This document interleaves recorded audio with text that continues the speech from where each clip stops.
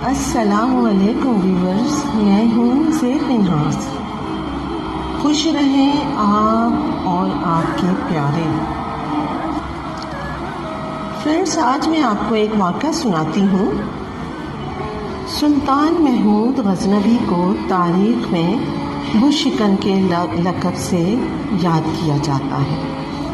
ایک بار ان کے دل میں 3 شکوک پیدا ہو گئے اور ان کی شدید خواہش تھی کہ انہیں ان شکوک کے جواب مل جائیں اور ذہن ان شکوک سے پاک ہو جائیں۔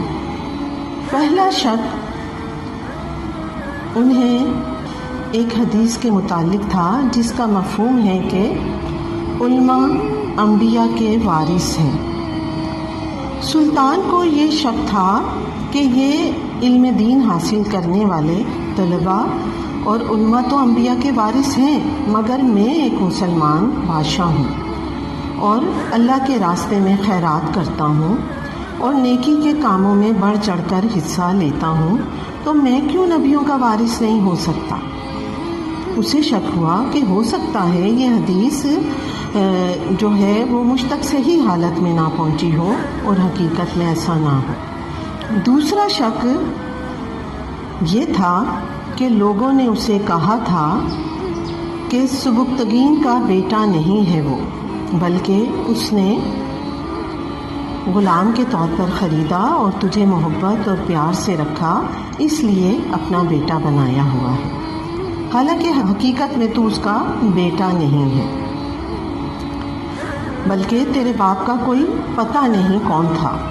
سلطان کو بہت تشویش ہوئی کہ وہ خود کو سبکتگین کا بیٹا سمجھتا رہا، مگر لوگوں کے مطابق اس کے باپ کا کسی کو پتہ ہی نہیں اور وہ سبکتگین کا بیٹا نہیں بلکہ غلام ہے۔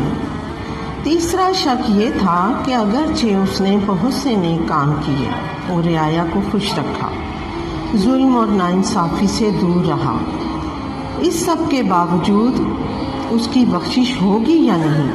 چونکہ سلطان محمود غزنوی ایک سچا مسلمان تھا، لہٰذا اس کے دل میں خواہش تھی کہ اسے دنیا میں ہی پتہ چل جائے کہ اس کی بخشش ہوگی یا نہیں۔ ایک رات وہ اپنے مشیروں اور مشل برداروں کے ساتھ رات کو سیاحت میں مہو تھا کہ اچانک اس کی نظر کچھ دور ایک کباب کی دکان پر کھڑے ایک طالب علم پر پڑی جو بھٹی کی روشنی میں کتاب پڑھنے میں مصروف تھا اور کوئی دینی مدرسے کا طالب علم معلوم ہوتا تھا۔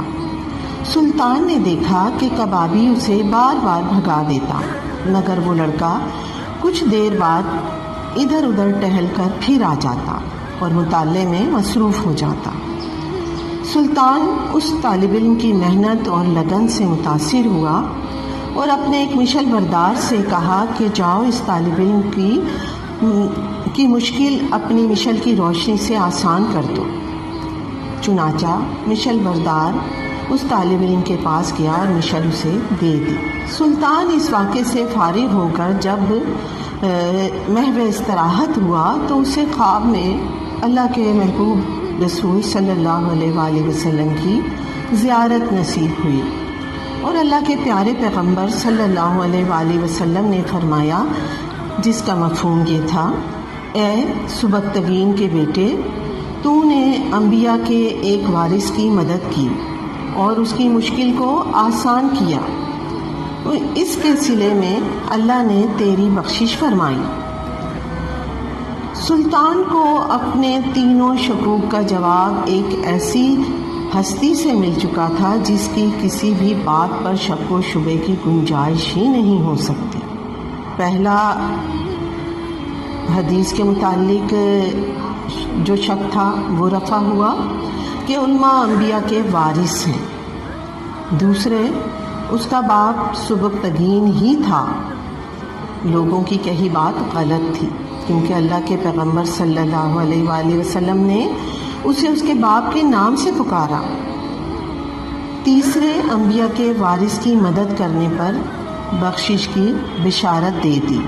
دوستو، یہ تھے ہمارے ماضی کے شاندار مسلمان بادشاہ جن کے نیک اعمال کی وجہ سے ان کے شکوک کے جواب بھی اللہ کے محبوب رسول مقبول صلی اللہ علیہ وآلہ وسلم نے خود خواب میں آ کر دے دی۔ اللہ تعالیٰ ہمیں بھی سچائی اور نیکی کی راہ پر چلائے اور ہمیں بھی سچے مسلمان حکمران نصیب فرمائے، آمین ثم آمین۔